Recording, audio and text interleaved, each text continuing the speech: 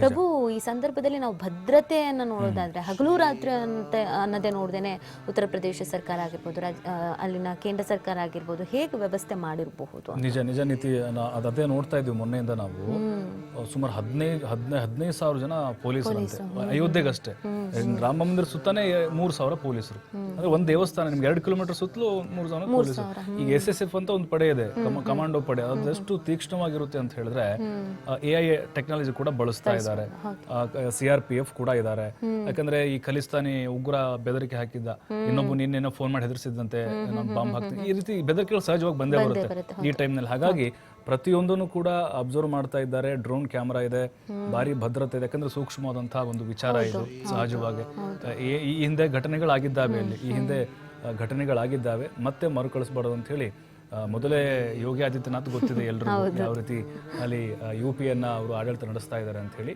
ಹಾಗಾಗಿನೇ ಭದ್ರತೆಗೂ ಕೂಡ ಬಹಳ ಪ್ರಾಮುಖ್ಯತೆಯನ್ನ ಕೊಟ್ಟಿದ್ದಾರೆ. ಬಟ್ ಪ್ರಧಾನಿ ನರೇಂದ್ರ ಮೋದಿ ಅವರ ಇವತ್ತಿನ ಒಂದು ಕಾರ್ಯಕ್ರಮ ಬಹಳ ಪ್ರಮುಖವಾದದ್ದು. ಆಮೇಲೆ ದೀಕ್ಷಿತರು ನೋಡಿ, ಇಲ್ಲಿ ಲಕ್ಷ್ಮೀಕಾಂತ್ ಮಥುರನಾಥ್ ದೀಕ್ಷಿತರ ಸಾರಥ್ಯದಲ್ಲಿ ಧಾರ್ಮಿಕ ವಿಧಿವಿಧಾನಗಳು ನೆರವೇರುತ್ತೆ.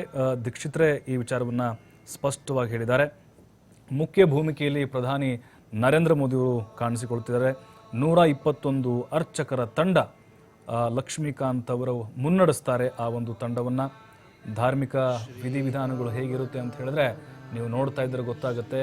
ರಾಮಾಯಣದಲ್ಲಿ ಅಂದರೆ ದಶರಥ ಮಹಾರಾಜರ ಆಡಳಿತದ ಸಂದರ್ಭದಲ್ಲಿ ಹೇಗೆ ಪೂಜಾ ವಿಧಿವಿಧಾನಗಳು ನೆರವೇರ್ತಾ ಇತ್ತು, ಪಟ್ಟಾಭಿಷೇಕ ನಡೀತಾ ಇತ್ತು, ಅದೇ ರೀತಿ ಗತವೈಭವ ನಮಗೆ ನೋಡೋಕೆ ಸಿಗುತ್ತೆ. ಅದರಲ್ಲೂ ಪ್ರಧಾನಿಗಳೇ ಇವತ್ತಿನ ಕಾರ್ಯಕ್ರಮದ ಮುಖ್ಯ ಯಜಮಾನರಾಗಿದ್ದಾರೆ.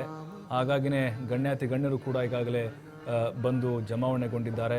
ಆ ಒಂದು ಐತಿಹಾಸಿಕವಾದಂತಹ ಸುಮಧುರ ಕ್ಷಣಗಳನ್ನು ಕಣ್ತುಂಬಿಕೊಳ್ಳೋಕೆ ಕಾಯ್ತಿದ್ದಾರೆ. ರಜನಿಕಾಂತ್ ನಾವಾಗಲೇ ನೋಡ್ತಾ ಇದ್ವಿ.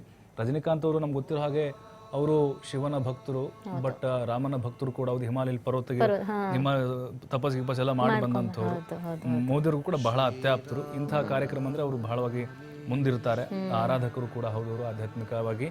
ಬಟ್ ಹಾಗಾಗಿನೇ ಈಗ ನೋಡಿ, ಪ್ರತಿಯೊಂದು ಗಣ್ಯರಲ್ಲೂ ಕೂಡ ಒಂದು ರೀತಿಯಾದಂಥ ವಿಶೇಷವಾದಂಥ ಗೌರವವನ್ನು ಇಟ್ಕೊಂಡಂಥವ್ರು ಇದ್ದಾರೆ. ಹಾಗಾಗಿನೇ ಇವತ್ತಿನ ಒಂದು ನೋಡಿ, ಯಾರನ್ನು ಇಲ್ಲಿ ಪಕ್ಷಪಾತ ಇರ್ಬೋದು, ಏನೇ ಇರ್ಬೋದು, ಆಹ್ವಾನ ಅಂತೂ ಹೋಗಿದೆ. ಬರೋದು ಬಿಡೋದು ಅವರಿಚ್ಛೆ, ಈ ರೀತಿಯಾಗಿ ಕೇಂದ್ರ ಸರ್ಕಾರ ಅನ್ಕೊಂಡಿದೆ. ಬಟ್ ಬರುವಂಥವ್ರು ಬರ್ತಾ ಇದ್ದಾರೆ. 22ಕ್ಕೆ ಬೇಡ, ನಾವು ನಾರ್ಮಲ್ ಹೋಗ್ತೀವಿ ಅನ್ನೋಂಥದ್ದು. ಹಾಗಾಗಿ ಈಗ ಉತ್ತರ ಪ್ರದೇಶದ ಸರ್ಕಾರ ಎಲ್ಲ ಜವಾಬ್ದಾರಿಯನ್ನು ನಿರ್ವಹಿಸ್ತಾ ಇದೆ. ಪುರಾಣಗಳಲ್ಲಿ ಉಲ್ಲೇಖ ಆಗಿರುವಂತೆ ಪ್ರಾಣ ಪ್ರತಿಷ್ಠಾಪನಾ ಕಾರ್ಯ ಏನಿದೆ 12:29 ಶುರುವಾಗುತ್ತೆ. ನೋಡಿ, 2 ಗಂಟೆ ಒಳಗಡೆ ಕಂಪ್ಲೀಟ್ ಆಗಿ ಎಲ್ಲವೂ ಕೂಡ ಮುಗಿದೋಗ್ಬಿಟ್ಟಿರುತ್ತೆ.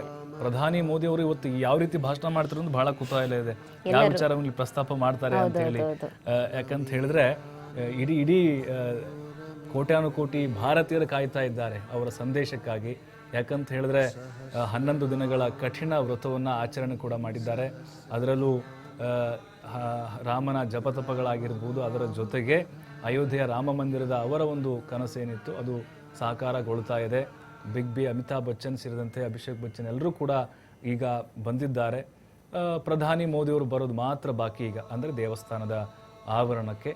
ಬಟ್ ನಾವು ಗಮನಿಸಿದ್ವಿ ನೀತಿ, ಪ್ರಧಾನಿ ಮೋದಿ ಅವರ ಒಂದು ಉಡುಗೆಗಳನ್ನ ರುದ್ರಾಕ್ಷಿ ಮಾಲೆ ಹಾಕೋದಾಗಿರ್ಬೋದು, ತೀರ್ಥ ಸ್ನಾನ ಆಗಿರ್ಬೋದು, ನಾವು ರಾಮೇಶ್ವರಂ ಹೋದ ನೋಡಿದ್ವಿ.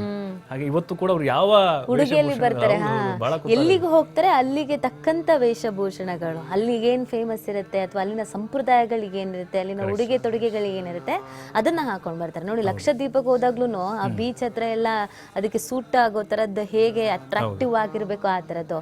ಮತ್ತು ಮೊನ್ನೆ ಎಲ್ಲ ಅಯೋಧ್ಯೆಗೆ ಬಂದಂತ ಸಂದರ್ಭದಲ್ಲೂ ಕೂಡ ಅದೇ ರೀತಿಯಾಗಿ. ಸೊ ಇವತ್ತು ವಿಶೇಷವಾದ ದಿನ, ಐತಿಹಾಸಿಕ ದಿನ, ಇಷ್ಟು ವರ್ಷಗಳ ಕಾದಿದ್ಕೆ ಸಿಗ್ತಾ ಇರುವಂತ ಪ್ರತಿಫಲ. ಹಾಗಾಗಿ ಇವತ್ತಿನ ಅವರ ಉಡುಗೆ ತೊಡುಗೆಗಳು ಯಾವ ರೀತಿ ಆಗಿರುತ್ತೆ ಅನ್ನುವಂತ ಕ್ಯೂರಿಯಾಸಿಟಿ ಕೂಡ ಎಲ್ರಿಗೂ ಇದ್ದೇ ಇರುತ್ತೆ. ಎಲ್ರೂ ಕೂಡ ಕಾತುರದಿಂದ ಕಾಯ್ತಾ ಇರ್ತಾರೆ. ಇನ್ನೊಂದು ನೋಡಿ, ಅಲ್ಲಿ 5 ಜನಕ್ಕೆ ಮಾತ್ರ ಅವಕಾಶ ಸಿಗ್ತಾ ಇರುವಂತದ್ದು ಗರ್ಭಗುಡಿಯ ಒಳಗಡೆ ಹೋಗ್ಲಿಕ್ಕೆ.